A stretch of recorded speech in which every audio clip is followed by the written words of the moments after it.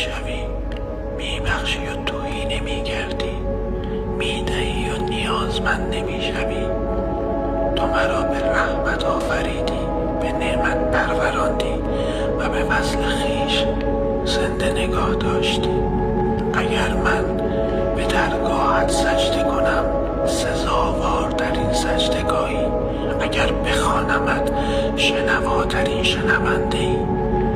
اگر همگان از تو طلب کنند، کم نمیشوی که نمیشوی.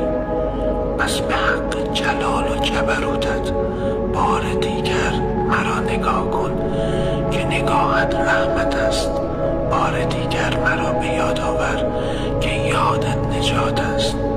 خدایا بار دیگر مرا بخوان که ندایت حیات است.